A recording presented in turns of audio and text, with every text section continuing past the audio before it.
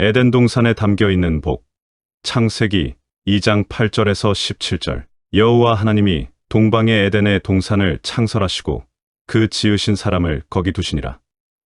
여호와 하나님이 그 땅에서 보기에 아름답고 먹기에 좋은 나무가 나게 하시니 동산 가운데에는 생명나무와 선악을 알게 하는 나무도 있더라. 강이 에덴에서 흘러나와 동산을 적시고 거기서부터 갈라져 내 근원이 되었으니 첫째의 이름은 비손이라.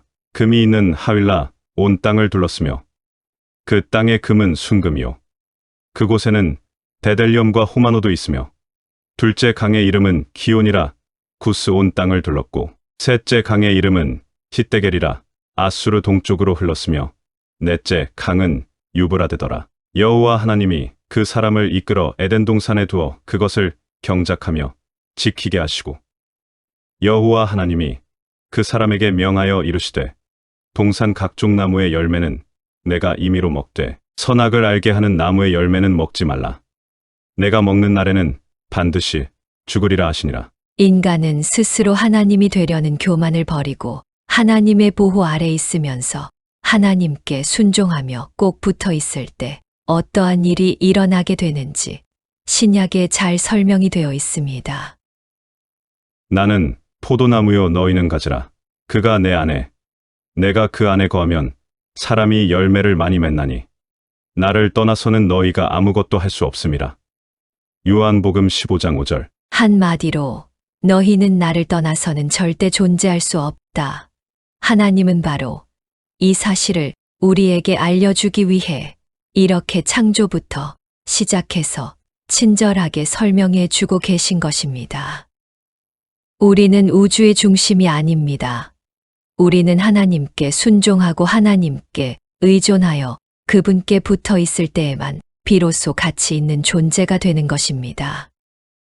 우리가 잘했으면 하나님의 은혜를 구하지 않고도 잘 살 수 있었는데 타락을 하는 바람에 하나님의 은혜를 구해야만 하는 존재가 된 것이 아니라 우리는 처음부터 은혜로만 존재할 수 있는 자들이었다는 것을 타락과 심판과 구원과 하나님 나라의 완성을 통해 친절하게 설명해 주고 계신 것입니다.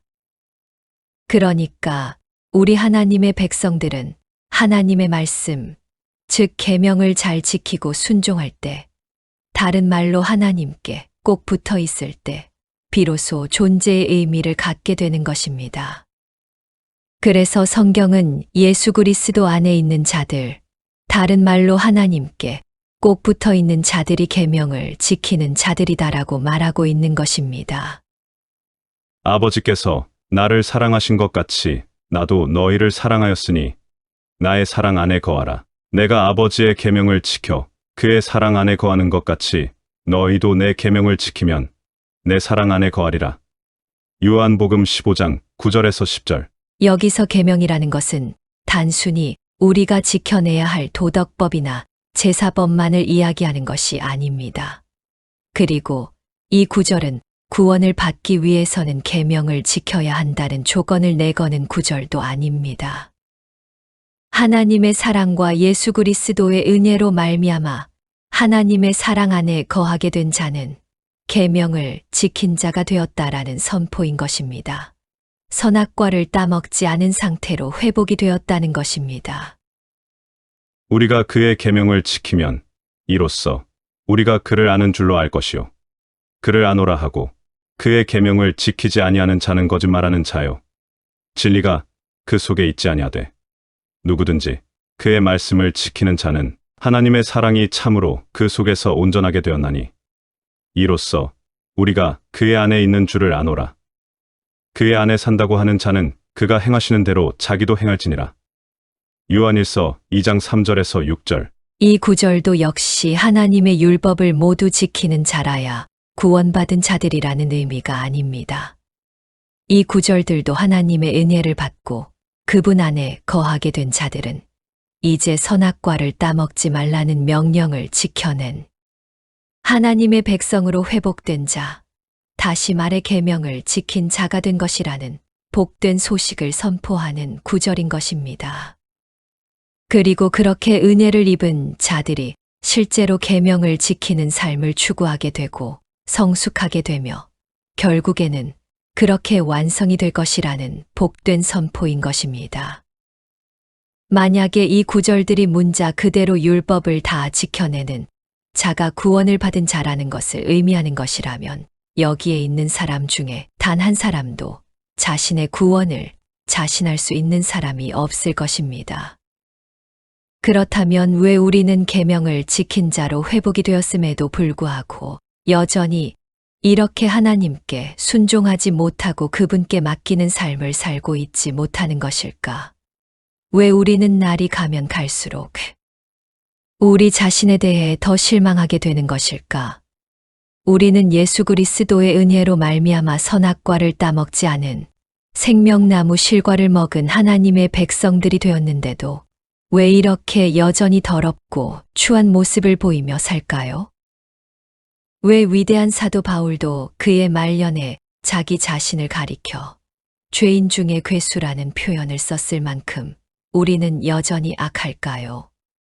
우리는 우리의 인격 속에서 그리고 이 역사 속에서 선악과 나무와 생명나무의 상호관계가 지향하고 있는 십자가라는 은혜의 복음을 삶으로 체험하고 있기 때문입니다.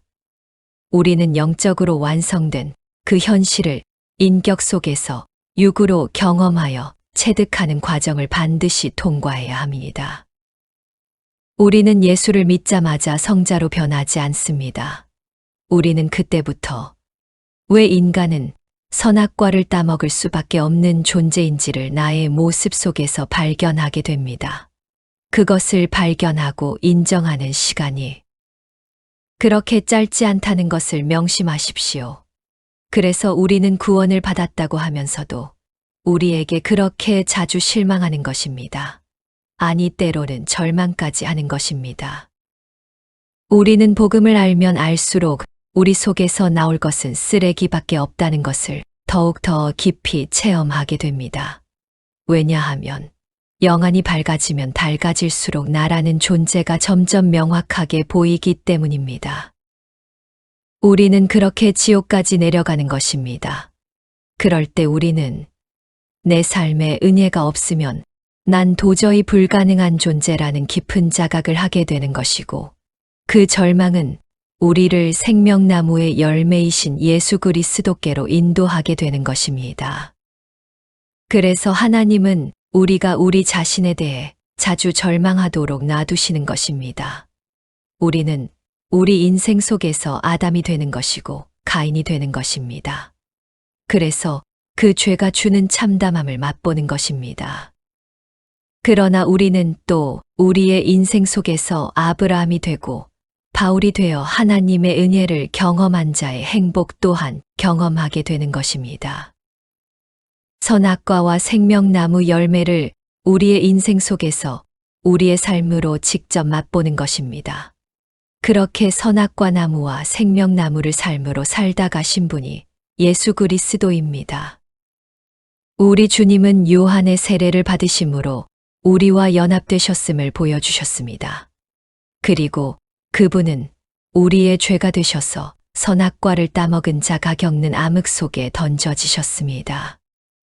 선악과를 따먹은 아담과 하와가 여호와의 동산인 에덴에서 쫓겨나 세상이라는 땅에 갇혀버렸던 것처럼 주님은 죽음이라는 감옥에 갇히셨다가 하나님의 은혜로 그 무덤 속에서 다시 살아나신 것입니다. 그분의 삶 자체가 선악과와 생명나무였던 것입니다.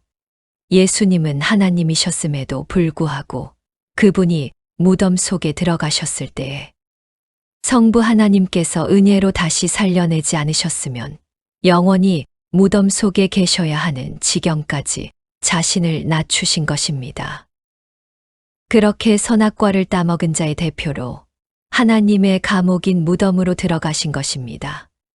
그러나 하나님의 놀라우신 은혜로 우리를 품고 감옥에 들어가셨던 예수 그리스도를 사면해 주셨습니다. 주님은 선악과와 생명나무의 삶을 그대로 살다 가신 것입니다.